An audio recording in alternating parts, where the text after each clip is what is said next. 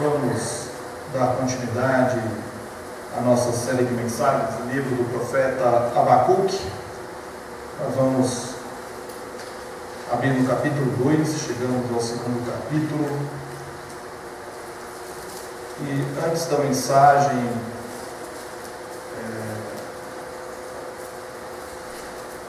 para mim, este texto é um texto do qual eu tenho uma relação muito íntima com ele. Todas as vezes que eu leio o texto de Abacuque, capítulo 2, versículos de 1 a 5, eu me recordo daquele Giovanni que eu fui um dia, dos problemas pelos quais eu passei, das dificuldades que eu enfrentei em família na época da minha adolescência. Eu me recordo muito dos desejos de vingança, dos desejos de justiça pela própria mão. E todas as vezes que eu leio esse texto, eu me lembro daquela época, porque foi por este texto que Deus, com a sua graça e com o seu amor, Ele me abraçou naquele momento. E no meio da minha adolescência, num momento difícil e conturbado, o Senhor ali, Ele derrama a sua graça, e diante de todos os meus desejos ruins, de todas as minhas vontades meramente egoístas e humanas, Ele me responde com a sua graça, dizendo: sua alma não é reta nele, mas o justo viverá pela fé. Este é um texto do qual eu não consigo me achegar a ele sem carregar na emoção, sem colocar nas palavras, quando eu leio e quando eu prego sobre ele, aquilo que há de mais íntimo na minha relação com Deus, porque foi por este texto que Deus, pela sua graça, me abraçou. E eu digo isso para a igreja porque a essência deste livro e a essência dessa série de mensagens estão nestes versículos. Vocês vão ver ao longo da exposição que nós estamos diante daquilo que talvez seja o âmago, o cerne da mensagem do profeta Abacuque. Abacuque, capítulo 2, do 1º ao 5º versículo. Por-me-ei na minha torre de vigia e colocar-me-ei sobre a fortaleza e vigiarei para ver o que Deus me dirá e que resposta eu terei à minha queixa. O Senhor me respondeu e disse: escreve a visão, grava-a sobre tábuas para que a possa ler até quem passa correndo, porque a visão ainda está para cumprir-se no tempo determinado, mas se apressa para o fim e não falhará. Se tardar, espera, porque certamente virá, não tardará. Eis o soberbo, sua alma não é reta nele, mas o justo viverá pela fé. Assim como o vinho é enganoso, tampouco permanece o arrogante, cuja gananciosa boca se escancara como o sepulcro, e é como a morte, que não se farta. Ele ajunta para si todas as ações e congrega todos os povos.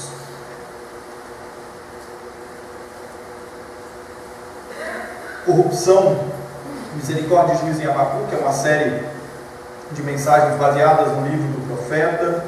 Nós estamos lançando os nossos olhos sobre este livro, sobre este texto, conhecendo a circunstância que o cerca, e em Cristo Jesus olhamos para os nossos dias e vemos como Deus nos aponta a direção de como agir diante da corrupção.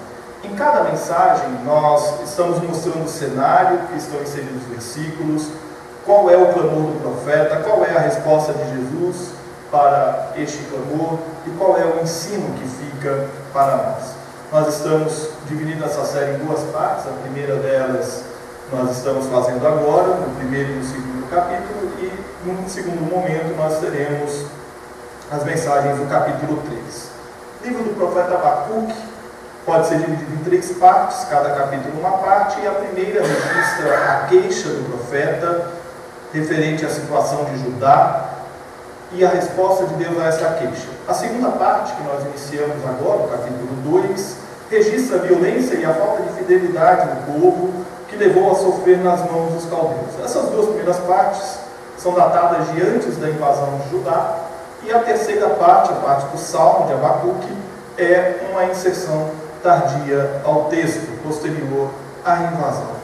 Vamos olhar versículo a versículo e tentar compreender um pouco o cenário que cerca aqui o nosso texto. Versículo 1 do capítulo 2.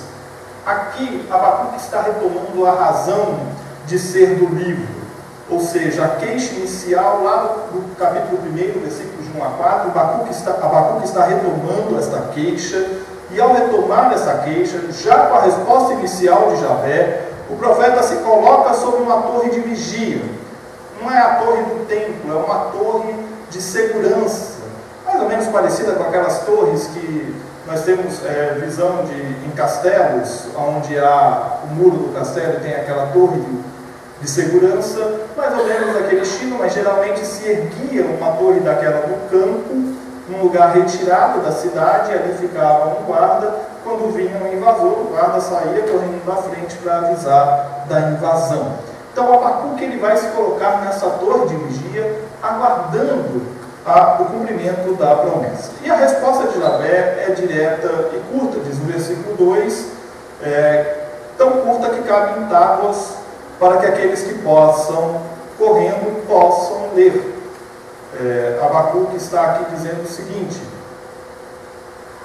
a resposta é breve, é direta, escreve, porque aqueles que vão passar por aqui vão ter que ler esta resposta. No versículo 3, há um clamor à esperança. A resposta já vem, está a caminho. Essa resposta não chegou? Aguarde, porque ela chegará. No versículo 4 está o cerne de todo o livro do profeta. Absolutamente tudo no livro de Abacuque converge para Abacuque 2,4. Aqui é o centro de tudo o que significa a fidelidade e a vida com Javé. No verso 5, o profeta retoma a imagem dos neobabilônicos. Aqui eles vinham e chegariam trazendo terror e morte, mas o seu fim, por maior que seja o seu poder, é certo nas mãos de Javé. Diante do cenário que o texto nos apresenta, vejamos o que nos diz a palavra do profeta diante da resposta de Javé. E o primeiro aspecto que eu quero destacar aqui é a postura do profeta, e logo em seguida a proclamação central da profecia de Abacuque. Diante da resposta de Javé, de que haveria juízo em forma de destruição, Abacuque se coloca em estado de alerta.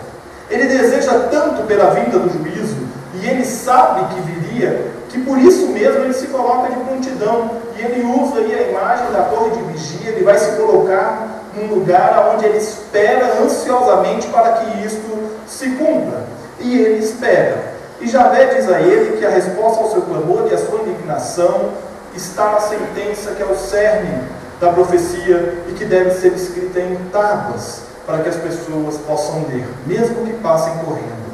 Essa promessa irá se cumprir. Quando? No tempo determinado. Mesmo que pareça demorar, ela se cumprirá. Por isso o profeta espera. Mesmo que pareça demorar, não irá demorar, pois é no tempo de Javé que ela irá se cumprir. O estado de alerta do profeta leva-o a contemplar a sentença de Javé, que nos dá a certeza do que é viver com ele. O profeta apresenta uma queixa a Javé. A resposta é aterrorizante. Viria juízo em forma de destruição. E tal resposta o deixa perplexo. Essa perplexidade pela força e poder dos neobabilônicos o deixa diante de questionamentos. Diz no capítulo 1: tu és tão puro de olhos que não podes ver o mal e a opressão, não podes contemplar. Por que, pois, toleras os que procedem perfidamente e te calas, quando o perverso devora aquele que é mais justo do que ele? Versículo 13 do capítulo 1. No versículo 17 ele diz: acaso continuará por isso esvaziando a sua rede, matando sem piedade os povos? A visão é aterrorizante. A visão é de destruição total. E diante da força e poder sem medida, o profeta se vê diante da promessa que é o resumo da vida com Javé. Eis o soberbo, a sua alma não é reta nele, mas o justo viverá pela sua fé. Não importa o tamanho da força, não importa quão poderosos sejam, não importa o tamanho da destruição, tão pouco importa a opinião pública e a forma como os poderes se relacionam diante daqueles cujo poder é o seu Deus. A verdade que permanece é que o justo viverá pela fé. E o que Jesus tem a nos dizer diante do profeta? Não há ligação direta do texto de Abacuque com os evangelhos. No entanto, a temática da fidelidade e sustento em meio ao caos é parte dos ditos de Jesus. E para vermos este ensino, eu recorro a João, capítulo 17, versículos 14 a 18, um trecho da oração sacerdotal de Jesus. João 17, 14 a 18.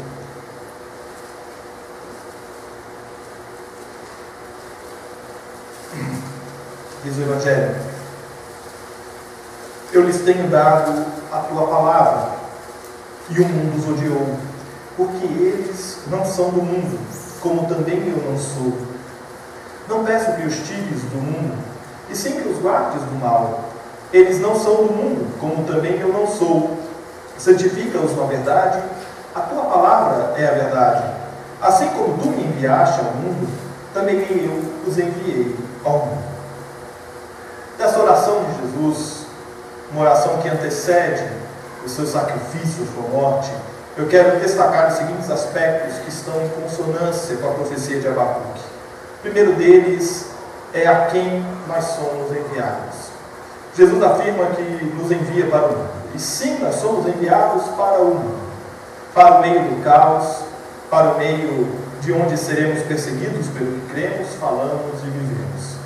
Jesus sabe muito bem que os discípulos enfrentariam problemas sérios de perseguição e violência. Por mais de uma vez, os evangelhos relatam que os discípulos enfrentariam a oposição forte da sociedade em que vivem. E assim foi no início do cristianismo. No entanto, ao enviar os discípulos ao mundo, Jesus garante a força necessária para enfrentá-lo. Jesus foi enviado ao mundo para viver nele a vontade de Deus. Os discípulos também são enviados para tal e sabem desde já que serão odiados pelo mundo. Assim, é para lá que são enviados os discípulos. O segundo aspecto é o pedido de Jesus que se cumpre em nós. Santifica-os na verdade. A tua palavra é a verdade. Santificação é a promessa que se cumpre. Ao santificar, Deus garante a sua paz e a força necessária para enfrentar as perseguições do mundo. Jesus coloca os discípulos diante da missão com a palavra da vida que Ele tem dado. Firmados nestas palavras, os discípulos são capazes de enfrentar o mal do mundo no mundo. Jesus não tira os discípulos do mundo, mas sim os envia a Ele a fim de enfrentarem o mal com a palavra da verdade. E ao pedir a Deus que os discípulos sejam santificados na verdade, Ele os convida a conhecer mais a sua palavra e viver firmados na fé. E diante do mundo, os discípulos podem dizer, como Abacuque: eis o soberbo, a sua alma não é reta nele, mas o justo viverá pela fé. E nós vivemos pela fé, porque nós somos feitos justos por Jesus. Nós vimos o cenário, vimos a resposta de Javé ao clamor do profeta e a resposta de Jesus a esse clamor. E agora nós podemos perguntar o que fica de mensagem para nós. Fica a lição de que o sustento de nossas vidas não está nos valores e benefícios deste mundo, mas sim naquele que é o Senhor da vida e que nos sustenta, Deus. Em Abacuque 2,3 nós temos a promessa de que a palavra de Deus se cumprirá, não importa o tempo que leve. Passamos por aflições que nos consomem, nos deixam profundamente abatidos. Parece que os problemas não vão passar e nós não vemos solução. Diante de dias assim, a promessa de Deus nos parece apenas palavras escritas num livro antigo, de uma antiga religião, e nós somos convidados muitas vezes, olhar para essas palavras e pensar assim: isso aqui já aconteceu, isso aqui não vai se cumprir novamente, isso aqui eu acho que não tem nada a ver com a minha vida. No entanto, Deus olha para cada um de nós e diz: aguarde, espere, confie, porque eu sou fiel e eu vou cumprir a minha palavra. Diferentemente dos homens, cujas palavras são tidas como não confiáveis, as palavras de Deus se cumprem, mesmo que para nós pareça distante e incompreensível. Ela se cumpre no tempo certo, na hora certa, porque ela se cumpre no tempo e na hora de Deus. O tempo dele é o tempo certo. E aguardar no Senhor não deve nos fazer sofrer. Aguardar no Senhor deve nos dar a certeza de que não importa quão poderosos sejam os problemas que nós enfrentamos, Deus está conosco. Ele não nos desampara. Em Abacuque 2,4 nós temos a promessa da vida. O justo viverá pela fé. É mais que um jargão que nós possamos repetir. É a certeza de que não há nada que garanta vida aos filhos de Javé que não seja experimentado e vivido pela fé. Javé é o Senhor da vida do profeta e é o Senhor de nossas vidas também. Ele é quem determina tudo em nossas vidas, inclusive as tribulações.